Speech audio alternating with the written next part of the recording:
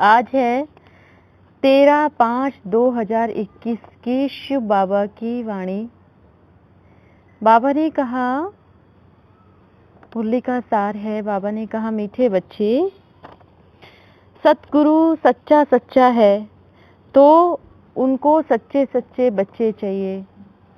बाप के पास तो ऐसे हीरे हैं जो तीनों पाठ में नहीं मिले, पर फिर भी समर्पण बुद्धि है।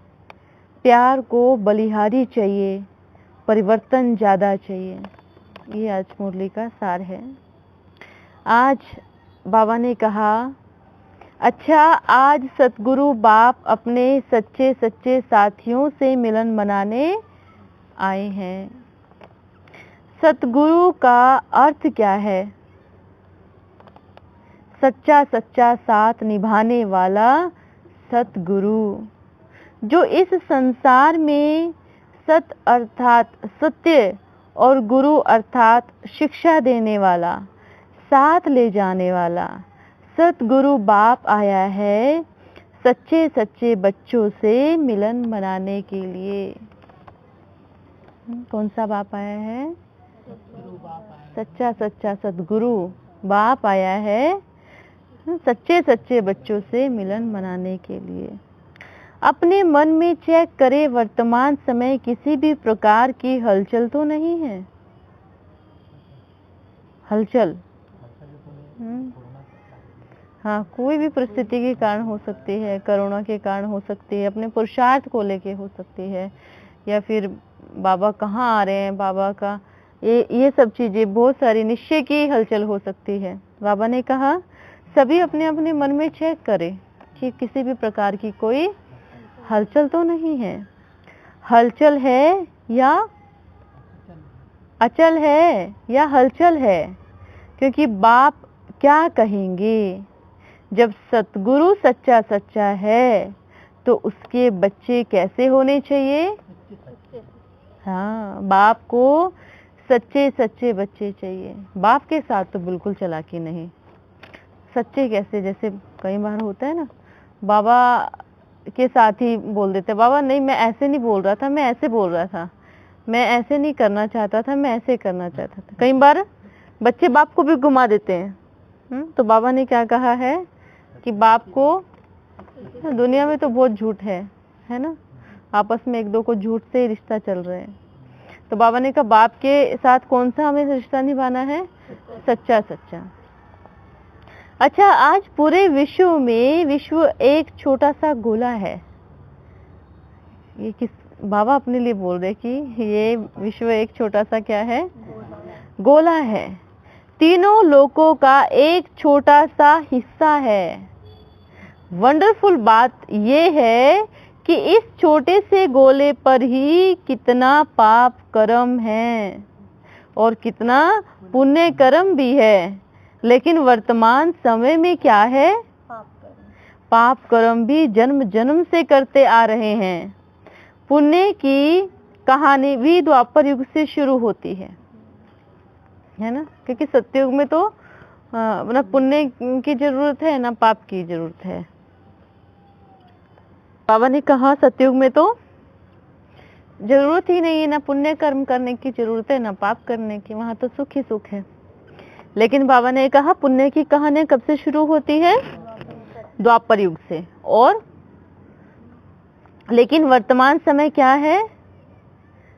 देखो, द्वापर युग से ही पुण्य और पाप कर्म की कहानियां शुरू हो जाती है। लेकिन वर्तमान समय बाबा ने क्या कहा? वर्तमान समय क्या है? वर्तमान समय हिसाब किताब का समय है। कहानियां तो वहां से चलती आ रही है, लेकिन अभी वर्तमान समय क्या है? हिसाब किताब का, मतलब एकदम संगम युग जो जिसको कहेंगे, लास्ट पॉइंट, जो सतयुग का एकदम लास्ट हिस्सा बचा है। बुद्धि का योग किधर है? अपना अपना स्थिति कितना पावरफुल है? पावरफुल है। बच्चे कहते हैं, बाबा हम एकदम एवर रेडी हैं। क्या कहते हैं बच्चे? हम एकदम एवर रेडी है। बाप क्या कहते हैं? अच्छा, तो एक छोटा सा पेपर लेवे, पर जब पेपर आता है तो क्या कहते हैं, क्या कहते हैं, बाबा अभी थोड़ा रुको ना, क्या आप बच्चों का इंतजार, क्या बाप बच्चों का इंतजार करता रहेगा? अब बाप इंतजार नहीं करेगा, क्योंकि बाप ने पूरा पूरा इंतजाम कर दिया है। आज बाप सिर्फ यहाँ वालों से मिलन मनाने नहीं आए हैं, आज बाप के सन्मुख समस्त विश्व की आत्माएं बैठी है। एक वो बच्चे जो आदि से मिलन मना रहे थे, मतलब जो साकार में मिलन मना रहे थे। देखो बहुत अच्छी गहरी बात बाबा ने बताई है। एक वो बच्चे जो साकार मिलन अर्थात आदि से मिलन मना रहे हैं, एक वो बच्चे जिन्होंने मध्य में मिलन मनाया है अर्थात दादी का जो पाठ, गुलजार दादी के पाठ द्वारा जिन्होंने मिलन मनाया है, एक वो बच्चे, और तीसरे वो बच्चे जो अब अंतिम समय में मिलन मना रहे हैं, जब अंतिम समय में मिलन मना रहे हैं तीसरे पार्ट में। तो बाबा ने कहा और वो बच्चे भी हैं जिन्होंने तीनों पार्ट में मिलन नहीं मनाया, पर बाप की याद इतनी पावरफुल है, इतनी पावरफुल है कि जब तीनों पार्ट में मिलन मना करके भी उन्हों की लाइन में आने वाले वो आदि सो अंत में पार्ट नहीं बजाने वाली, आदि सो अंत का पार्ट नहीं बजाने वाली, पर फिर भी 108 की माला में आने वाली हैं। इस बात को मैं थोड़ा सा क्लियर करना चाहूंगी। बाबा ने इसमें क्या कहा कि एक वो बच्चे हैं जो आदि में बाबा के साथ साकार में मिलन मनाया, जो दूसरे बच्चे वो है जो मध्य में मिलन मनाया, और तीसरे बच्चे अंतिम पार्ट में मिलन मना रहे हैं, और वो भी बच्चे हैं जो आदि सो अंत में आए। अर्थात बाबा ने हमारे बारे में विशेष अटेंशन दिया, जिन्होंने आदि में भी मिलन मनाया और अंत में भी मनाया, लेकिन एक वो बच्चे हैं, इन चारों ही स्टेज से पार आ जाइए। अभी एक वो बच्चे हैं ना जिन्होंने आदि में पार्ट प्ले किया, ना बाबा के साथ में आए साकार में, ना मध्य में आए, ना अंतिम पार्ट में आए, ना वो आदि सो अंत वाली आत्माएं हैं। लेकिन बाबा ने क्या कहा, वो बच्चे 108 की माला में आने वाले हैं। उनका माइंड इतना पावरफुल है क्योंकि वो अंतिम समय में ही बाबा से मिलेंगे, ज़्यादा जल्दी अभी नहीं, थोड़ा सा आगे चल के वो बाबा से मिल करके, और तीव्र पुरुषार्थ अर्थात जिनको लास्ट सो फास्ट वाली आत्मा कहा जाएगा है। इसलिए बाबा ने क्या कहा, कोई भी अपना ज्ञान का अभिमान नहीं दिखाए कि मैंने इतनी मुरलियों को स्टडी किया है, या फिर मैंने हर जगह जा कर के जांच पड़ताल की है, या फिर मैंने हर तरह से मैं हर ज्ञान को जानता हूँ, भक्ति मार्ग से लेके ज्ञान मार्ग से लेकर के हर पार्टी में जा कर के, या फिर मुझे 50 वर्षों से मैं ज्ञान की स्टडी में हूँ। बाबा ने क्या कहा, वो सब फेल हो जाएंगे उस 1 सेकेंड मिलन मनाने वाली आत्मा के सामने है? तो इसलिए कभी भी कोई भी अगर जैसे हमारे बीच में नया ज्ञान में आता है या फिर कोर्स करता है, तो उसको ऐसे दृष्टि से तो कभी मत देखना कि अभी आया है, क्योंकि आप उसके पास्ट को नहीं जानते और आप उसकी भविष्य को भी नहीं जानते। उसको कौन जानता है? बाबा जानता है। इसलिए कभी भी ये संकल्प नहीं आए कि ये अभी ही कोर्स कर रहा है, हाँ। इसलिए बाबा ने क्या कहा है कि ऐसा अभिमान बिल्कुल भी नहीं आए। देखो बाबा ने अभी 50 वर्ष हो या फिर 80 वर्ष हो, उसको बिल्कुल एक लाइन में खड़ा कर दिया है। बाबा ने कहा है, अपने तीव्र पुरुषार्थ से आज उन आत्माओं से भी बाप मिलन मनाने आ रहे हैं, जो कि बाप पूरे सृष्टि के गोले पर बैठकर सभी को देख रहे हैं। इस विश्व में कैसे कैसे बच्चे हैं जानते हैं, आदि वाले भी हैं, मध्य वाले भी हैं, अंतिम वाले भी हैं, पर इन सबसे ऊपर जिनके कर्म इतने अच्छे हैं, है ना, जैसे जिनको ज्ञान नहीं होता ना, जो बाबा का ज्ञान नहीं होता, वो भी ऐसे दुनिया में ऐसे बच्चे हैं जो फिर भी कर्म बहुत अच्छा कर रहे हैं। भक्ति मार्ग में कहो या फिर कुछ भी ऐसे कहो, आध्यात्मिकता की लाइन में, वो भी बहुत श्रेष्ठ कर्म कर रहे हैं। बाबा ने कहा वो भी इतने श्रेष्ठ हैं जिनको बाप का ज्ञान भी नहीं है, फिर भी कर्म इतने महान हैं। आज वो भी बाप को देख रहे हैं। वाह वाह वाह, देखो बाबा बैठे कहाँ हैं, समझ नहीं आ रहा है अभी कि वो भी बाप को देख रहे हैं। हाँ, विश्व के गोले पर बैठे हैं और बाप भी उनको देख रहे हैं। इसलिए बाप क्या कहते हैं, ज्ञान का अभिमान बिल्कुल नहीं, क्योंकि जो बाप के ज्ञान में भी नहीं है, वो भी 50 वर्ष वालों से 10 कदम आगे है। 20 वर्ष 10 वर्ष वाली 5 वर्ष वाली तो बात ही छोड़ दो, सीधा बाबा ने 50 वर्ष वाली लाइन लगा दी।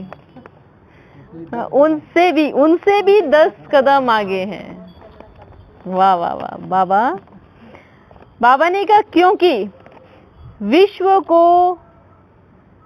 विश्व तो बाप का ही है ना, पालन करता है, तो किस कोने में बैठकर बाप उनकी पालना कर रहा है। और बाप क्या कहेगा, वर्तमान में या आदि में या मध्य के पार्ट में इतने वर्ष बाप से मिलन मनाकर अगर परिवर्तन नहीं हुआ तो बाप क्या कहेगा। आप सभी, जो बाबा ने कहा, जो अभी भी परिवर्तन नहीं हो रहे, अभी भी परखने की वो चालू ही है, अभी भी कभी ऊपर कभी नीचे, कभी ऊपर कभी नीचे चालू ही है, तो बाबा ने कहा उनको क्या कहेगा, वर्तमान समय, तो बाप उनको ये कहेगा कि आप सभी अपना अपना नाम आप ही रख लो कि आप कौन सी लाइन में हो। आप सभी अपना अपना नाम। इसलिए बाबा ने क्या कहा कि कोई भी ये नहीं सोचे कि मेरे अंदर इतनी पावर है कि मैं भगवान को परख सकता हूँ। वो सारी दुनिया को परखने वाला, वो पूरे संसार को चलाने वाला, क्या हमारी ताकत है उसको परखने की? लेकिन बाबा ने क्या कहा, हाँ, जैसे बाबा ने अभी ऊपर में लाइन में कहा कि बाबा उनकी पालना, जो आदि मध्य अंत के पाठ में भी नहीं है, उनकी पालना बाबा कैसे कर रहे हैं, किस कोने में बैठ करके बाबा उनकी पालना कर रहे हैं। हम कई बार अपने आप पे डिसाइड कर लेते हैं आपस में मिल करके, क्या, अच्छा मैया ये वाली साकार वाली आत्मा होगी पक्का, है ना, ये वाली बाबा, ये वाली वो वाली आत्मा होगी, ये वो वाली आत्मा होगी। हम कौन होते डिसाइड करने वाले? कि कभी बाबा ने बोला है, कभी बाबा ने कहा कि हाँ ये वो वाली आत्मा है। आपने जो सोचा, आपकी जो सोचा, हम आपस में ही, क्योंकि जो बाबा ने कहा। और कई बार बाबा क्या बोलते हैं, कई बार बच्चों से तीव्र पुरुषार्थ कराने के लिए, उनको उस लाइन में लाने के लिए बाबा ये भी बोल देते हैं, हाँ बच्चे ये वही वाली आत्मा है। तो बाबा ने कहा क्योंकि बाप हर उस बच्चे का सम्मान करता है जो बाप के कार्य में बहुत मददगार है। पर अगर बच्चे ऐसे सोचते हैं, हम इतने पुराने हैं, इतने वर्ष हमने दिए, तो ये बच्चों का अपने आप में ही अपना अभिमान करते हैं। बाबा ने कहा जो सोचते हैं हम इतने पुराने हैं, हमने इतने वर्ष दिए हैं, तो उन बच्चों को बाबा क्या कह रहे हैं, वो बच्चे अपने ही आप में अपना अभिमान करते हैं। परिवर्तन ना होकर ज्ञान का अभिमान दिखाकर, बाबा ने क्या कहा, परिवर्तन ना होकर ज्ञान का अभिमान दिखाकर, क्योंकि बाप क्या कहते हैं, बाप के पास तो ऐसे हीरे हैं जो तीनों पार्ट में भी नहीं मिले, पर फिर भी समर्पण बुद्धि हैं। जिनको आत्मा का ज्ञान नहीं है, फिर भी वो बच्चे 108 की माला के मण के हैं। इस बार बाबा ने बहुत वंडरफुल बात कही है, बहुत नई बात कही है। इस पे पूरा अच्छे से ध्यान रहे कि हमारी दृष्टिकोण किसी भी आत्मा के लिए ऐसी नहीं होनी चाहिए कि ये क्या है, इसको ज्ञान है, इसके कपड़े कैसे हैं। कोई भी हो सकता है, वो फटे हुए कपड़े वाला भी बच्चा पहन करके आ सकता है। वो कोई एक वस्त्र, कोई मैले कपड़े में भी आ सकता है वो 108 वाला। तो क्या देखना है? आत्मा देखना है। जरूरी नहीं है कि बहुत रईस घराने का आएगा और कहेगा मैं 108 की माला का मणका हूँ, या फिर बाप उनको कहेगा है। ये जरूरी नहीं है। कोई भी बच्चा हो सकता है, कोई भी माना, कोई भी, चाहे वो ये किसी का ठीक हो चाहे नहीं हो, पर यहाँ से अपने को देखना है। अब बच्चों के मन में संकल्प भी चलेगा, जो बाप से नहीं मिला वो सतयुग में कैसे आएगा। अभी तक नहीं मिला ना, वो मणके ऐसे हैं जो एक बार एक घड़ी बाप मिल गया, इतना पुरुषार्थ करेंगे जो 80 वर्ष में भी किसने नहीं किया होगा। 80 वर्ष में भी किसने नहीं किया होगा। इसलिए बाप के पास अपना चाबी है। क्या है बाबा के पास? अपना चाबी है।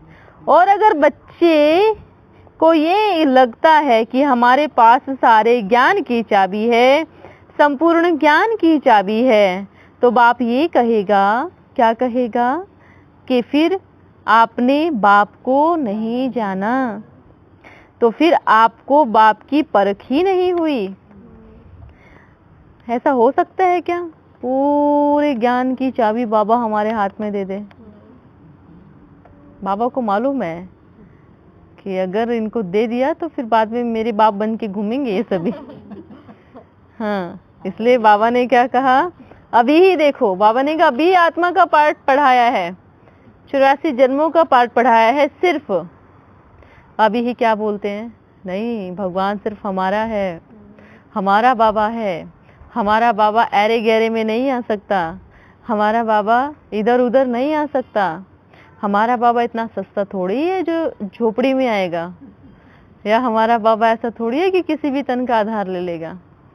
तो अभी ही सिर्फ आत्मा और परमात्मा का ज्ञान जान करके, और अगर बाबा संपूर्ण ज्ञान की चाबी दे देता तो सोचो बच्चे क्या करते। तो बाबा ने क्या कहा, आप बच्चे इस धरा का ज्ञान जानते हैं। देखो अभी बहुत अच्छी पॉइंट बाबा ने क्या कही कि आप बच्चे क्या जानते हैं, इस धरा का ज्ञान जानते हैं। ज्यादा से ज्यादा इस सृष्टि का, परम धाम का, सूक्ष्म वतन का भी कितना जान पाए हो। पूछ रहे हैं बाबा, तीनों लोगों का आप कितना जान पाए हो, कितना। परम धाम को भी किसने देखा है? फिर घुमा दिया।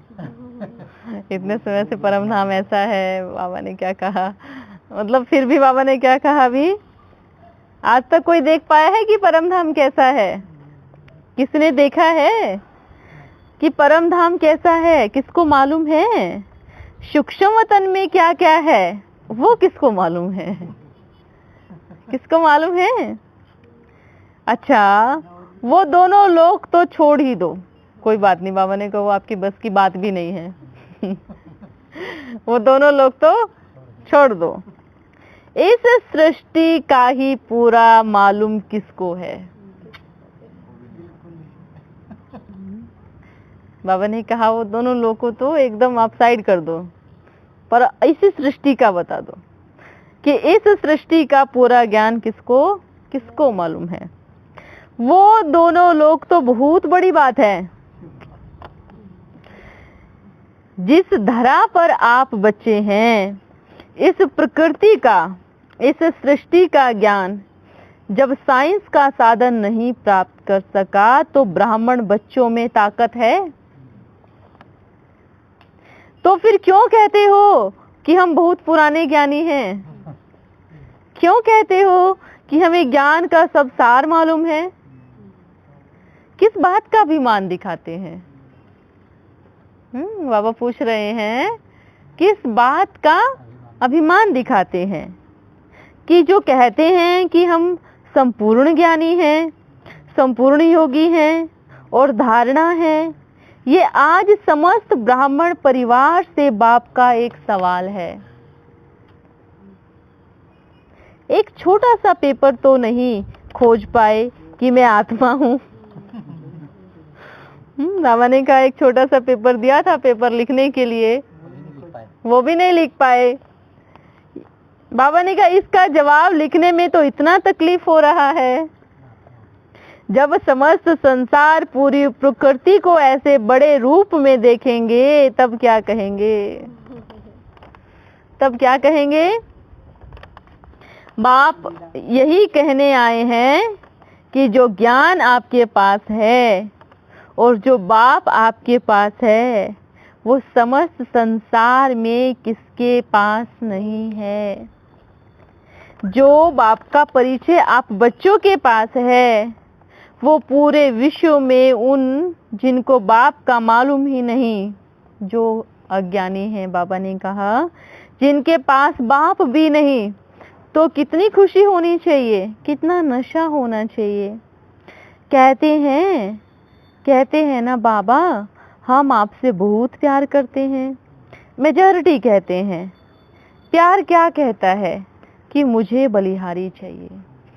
प्यार क्या कहता है? मुझे बलिहारी चाहिए। प्यार कहता है मुझे प्यार कम और परिवर्तन ज़्यादा चाहिए।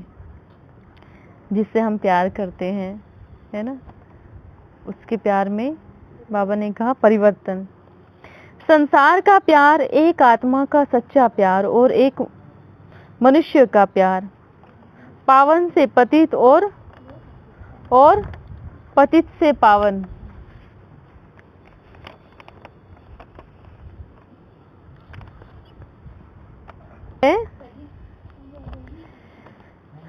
बाप कहते हैं मुझे प्यार कम परिवर्तन ज्यादा चाहिए। संसार का प्यार, एक आत्मा का प्यार, एक मनुष्य का प्यार, पतित से पावन और पावन से पतित, अर्थात विकारी से निर्विकारी और निर्विकारी से विकारी भी बनाता है, एक दो को। ये इसमें बाबा ने सभी थोड़ा सा कंफ्यूज होंगे। इसमें बाबा ने ये कहा है कि जैसे दो आत्माओं में प्यार होता है ना, एक के संस्कार बहुत आसुरी संस्कार है, एक के संस्कार बहुत अच्छे संस्कार है ना।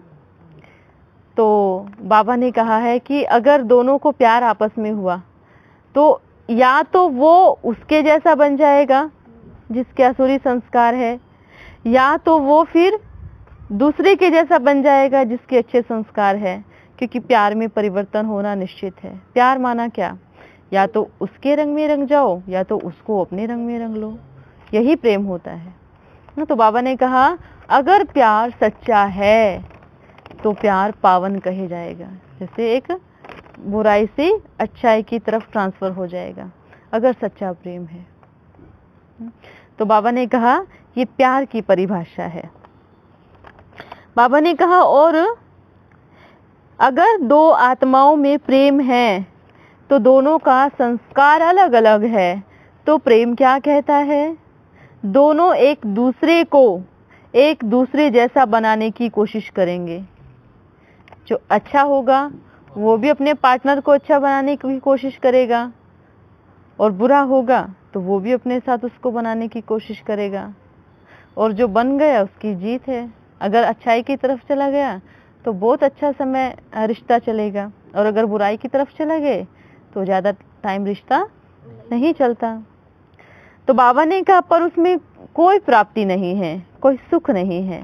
हाँ, अगर अच्छा है, सच्चा है तो सच्चा बन जावे तो प्राप्ति ही प्राप्ति है।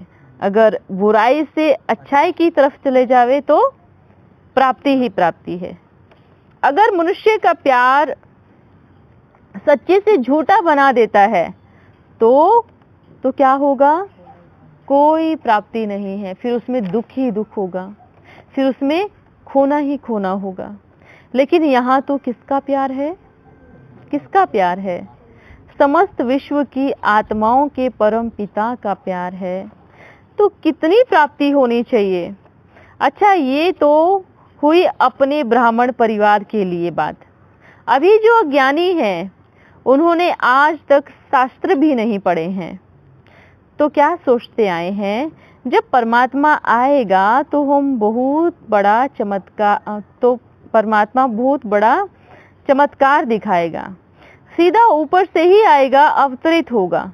ये शास्त्रों में लिखा है कि परमात्मा आएगा तो पूरा चमत्कार होगा और ऊपर से ही आएगा, अवतरित होगा। लेकिन फिर दूसरे पन्ने में ये भी लिखा है कि परमात्मा तो आएगा पर एकदम साधारण तन में आएगा। ये दोनों ही बातें सत्य है। बाबा ने बहुत अच्छी बात कही, ये दोनों ही बातें क्या है? सत्य है। कैसे? कि जिन्होंने साधारण तन में बाप को पहचाना, वो महान ते महान बनके सतयुग में मास्टर भगवान भगवती बन गए। जिन्होंने साधारण तन में बाप को पहचाना, पहचान करके पढ़ाई पढ़ी, पूरी प्राप्ति की, और जो चमत्कार की इच्छा रख के बैठे हैं, उनके लिए इस अंतिम कलयुग के विनाश के समय सच में ही बाबा अपना विराट रूप लेकर अवतरित होगा। जैसे दिखाते हैं ना, जब महाभारत का युद्ध हो रहा था, युद्ध करने से कुछ समय पहले श्री कृष्ण ने अपना विराट रूप सबको दिखाया। वो समस्त सबको, जो भी युद्ध में आए हुए थे, सबको साक्षात्कार हुआ उस विराट रूप का, है ना। तो इसलिए बाबा ने क्या कहा, ऐसे ही जब अंतिम समय, विनाश की अंतिम घड़ियों में परमात्मा क्या करेगा? विराट रूप लेगा। और विराट रूप जो भी आपस में, जो भी अज्ञानी है, जिनको ज्ञान नहीं है, शास्त्र भी नहीं पढ़ते, जो चमत्कार पे इच्छा रखते हैं कि जब कोई चमत्कार होगा तभी हम मानेंगे कि परमात्मा है, हाँ, सब तभी उनको वो साक्षात्कार होगा। लेकिन वो आत्माएं कौन होंगी जो चमत्कार की इच्छा रखती हैं? वो सिर्फ मुक्ति वाली होंगी। उनको सिर्फ परम धाम में ही लेके जाएगा बाबा, उनको सतयुग में नहीं लेके आएगा। वो आत्माएं ऐसी होंगी जो चमत्कार की इच्छा रखने वाली होंगी, और जो जिसकी जिसकी भक्ति करता होगा उसी को ही उसका साक्षात्कार नजर आएगा। जैसे युद्ध होने से पहले विराट रूप दिखाया, युद्ध होने से पहले अर्थात विनाश होने से कुछ समय पहले, जब सभी का जाने का समय आ जाएगा तो बाबा विराट रूप दिखाएगा। देखो हम कई बार बोलते थे ना कि शास्त्रों की बातें, देखो मोस्टली शास्त्रों की बातें सच हो रही है। बाबा ने कितनी क्लियर सारी चीजें कर रहे हैं। अभी बाबा ने कहा है, विनाश के समय सच में ही बाप अपना विराट रूप लेकर अवतरित होगा, पर उनको कुछ नहीं मिलेगा।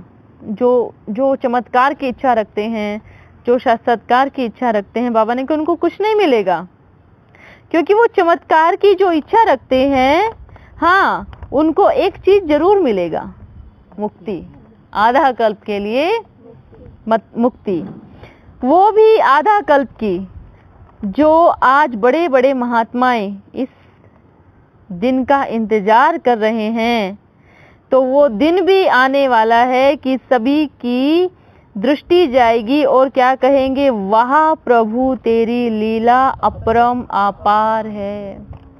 ऐसा विराट रूप अब दिखने वाला है। जो भी कहाँ बैठ करके साधु सन्यासी, जो भी तपस्वी तपस्या कर रहे हैं कि एक दिन परमात्मा अपने विराट रूप में हमें दिखाई देगा, वो भी क्या कहेंगे, वाह प्रभु तेरी लीला अपरम अपार है।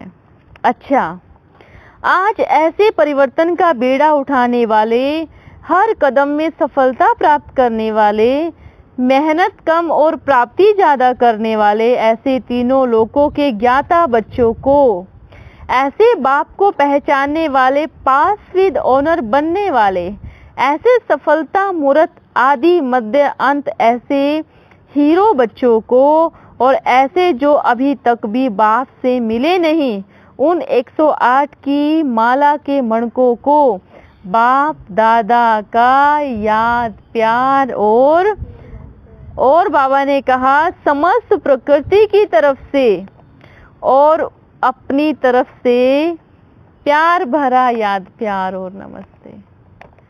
हम रूहानी बच्चों की रूहानी बाप दादा को याद और नमस्ते। अच्छा, फिर मिलेंगे। फिर बाबा थोड़ी देर शायद और रुके होंगे। बाबा ने क्या कहा? अचानक से बाबा के मन में आया। बाबा ने कहा, ज्ञान के कीड़े बुद्धि से निकाल देवे,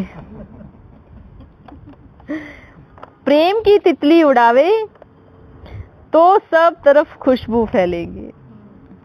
प्रेम का फूल अपने मन मंदिर में खिलावे, क्योंकि जो कीड़ा होता है ना, वो धरती को भी खोखला करता है और हमारे मन रूपी धरनी को भी खोखला करता है। कहते हैं ना, इस शरीर में जरूरत से ज्यादा कोई भी चीज अगर गई तो वो हानिकारक होती है। जरूरी है ना, कोई भी चीज। अगर पानी के बिना जीवन नहीं है ना, तो पानी हमारा जीवन ले सकता है। अगर भोजन के बिना जीवन नहीं है तो भोजन भी हमारा जीवन ले सकता है। और अगर हवा के बिना जीवन नहीं है तो वही हवा अगर जरूरत से ज्यादा गई, वो भी हमारा जीवन ले सकती है। पानी भी जरूरत से ज्यादा शरीर में गया तो वो भी हमारा जीवन ले सकता है। अगर प्रकृति हमें जीवन दान देती है तो प्रकृति, तो देखो बाबा ने बहुत अच्छी बात कही कि इस शरीर में जरूरत से ज्यादा कोई चीज गई तो वो हानिकारक होती है। ऐसे ही इस मस्तिष्क में जरूरत से ज्यादा ज्ञान गया तो बड़े से बड़ा हानिकारक है। आप हर चीज देखिए, अगर आज दुनिया में बहुत ज्यादा पढ़ाई पढ़ने वाले भी साइको हो जाते हैं। देखा है ना आप लोगों ने? जो भीख मांगने वाले ना, वो भी फटाफट इंग्लिश बोलते हैं। इंग्लिश में भी भीख मांगते हैं कोई। मतलब अगर जिसने जरूरत से ज्यादा अपना दिमाग एक चीज में लगा दिया, पढ़ाई में, वो भी साइको हो जाते हैं। एक बहुत अच्छी बात मैंने सुनी थी, जैसे बोलते हैं ना कि जिसके पास डिग्री है वो एक ही काम कर सकता है, और जिसके पास डिग्री नहीं है ना, वो कुछ भी कर सकता है, कुछ भी कर सकता है।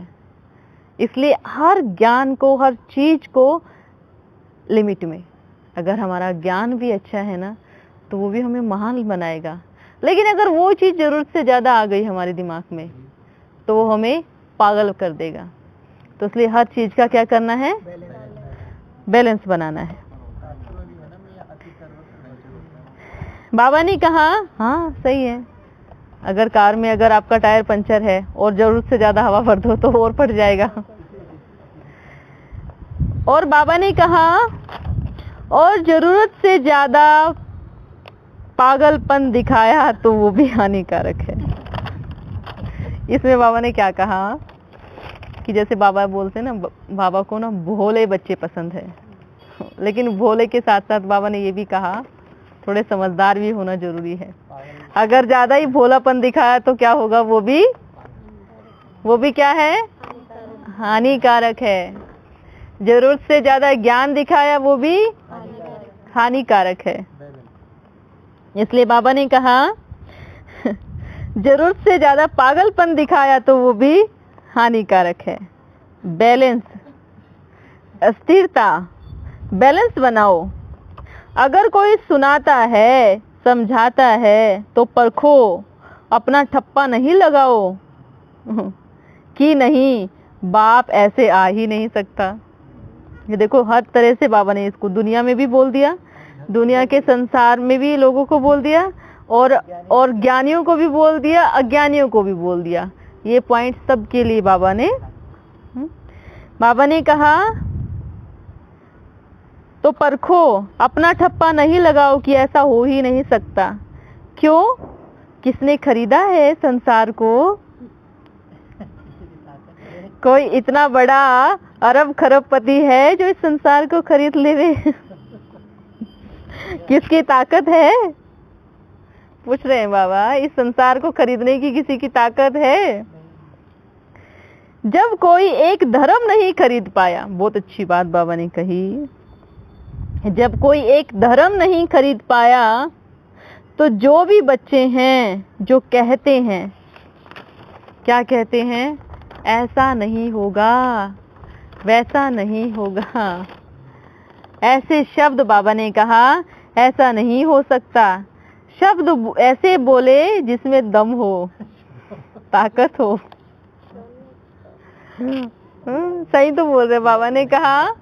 जैसे मान लीजिए इस संसार में आदि सनातन धर्म के बाद द्वापर युग में कौन सा धर्म आया? इस्लाम धर्म आया। उसने पूरा ताकत लगा दिया, अपना पूरा दम लगा दिया इस संसार पे, विश्व पे राज्य करने के लिए, लेकिन कर पाया नहीं। उसके बाद कौन सा धर्म आया? क्रिश्चियन धर्म आया। अच्छा, बौद्ध धर्म आया। लेकिन क्रिश्चियन धर्म आया ना शायद। मतलब ये इनका ना चीन वगैरह वाला क्रिश्चियन आया है, बौद्ध नहीं आया है शायद। नहीं, थर्ड नंबर है ना क्राइस्ट का। हाँ, तो उसके बाद अलग अलग धर्म की आत्माएं आई। अपन बौद्ध को नहीं गिन सकते ना, बौद्ध और जैनी तो वो हो गए, छोटे छोटे हो गए। इसलिए बाबा ने कहा हर धर्म की आत्माएं आई, सबने अपना अपना पूरा ताकत लगाया, लेकिन कोई भी इस पूरे संसार पर, विश्व पर राज्य नहीं कर। विश्व तो छोड़ो, बाबा ने क्या कहा, कोई एक दूसरे देश पे राज्य कर पा रहे? और सबने भी भारत पे राज्य करने की कोशिश की, पूरे भारत को अपने वश में लेने की कोशिश की, लेकिन कोई कर पाया? नहीं कर पाया। बाबा ने कहा है तो शब्द ऐसे बोलो जिसमें दम हो, ताकत हो, व्यर्थ के कीड़े नहीं पाले, नहीं तो एक दिन खोखला कर देंगे और फिर सब समाप्त हो जाएगा। आज समस्त विश्व में भी मेजॉरिटी, आज की दुनिया में मेजॉरिटी बच्चों ने प्रकृति को कितनी पीड़ा दी है ना, कितना तकलीफ दिया है। हिसाब किताब है ना, कहते हैं माँ में बड़ी सहन शक्ति होती है, पर जब वही माँ विकराल रूप धारण करती है ना, तो जन्म से लेकर मरण तक का सूद समेत वापस लेती है ना। एक लिमिट तक माँ अच्छे से सहन करती है, लेकिन जब वो अपना विकराल रूप पे आती है तो हड्डी पसली तोड़ देती है। सही है ना, चूर चूर कर देती है, सूद समेत वापस लेती है। ऐसे ही प्रकृति के लिए बाबा बोल रहे हैं, दुनिया में भी माएँ ऐसी होती है। होती है, बहुत प्यार भी करेगी, लेकिन एक समय जब बच्चा ज्यादा परेशान कर देगा तो अच्छे से लगाएगी भी उसको। और बाबा ने कहा प्रकृति भी हमारी क्या है? माँ है। कितना सहन करती आई है द्वापर युग से, कितना सहन किया, कितना अंतिम समय ऐसी स्थिति आ गई। तो बाबा ने कहा जब वो अपना विकराल रूप धारण करेगी तो क्या होगा? जन्मों जन्मों का वापस ले लेंगी, ब्याज सहित लेगी, हर ब्याज लेगी। बाबा ने कहा मरने के बाद भी नहीं छोड़ती। बाबा ने कहा मरने के, देखो आज हो रहा है ना, आत्माएं भटक रही है इधर उधर इस संसार में। कोई कोरोना किसे छूट गया तो भटकती रही, तो मरने के बाद भी नहीं छोड़ती। तो ये बाप का संदेश आज भी सभी विश्व की उन आत्माओं के लिए जो प्रकृति को पीड़ा देते हैं, उसको दर्द देते हैं। जो शरीर प्रकृति ने दिया है उसको दर्द देना, ये भी पाप कर्म है। एक दूसरे पर हिंसा करना सबसे बड़ा पाप कर्म है, समझे? विशेष अटेंशन। फिर नहीं कहना बाप आपने बताया नहीं, फिर नहीं कहना फिर बाबा आपने हमें बताया नहीं। अच्छा, फिर मिलेंगे। ओम शांति।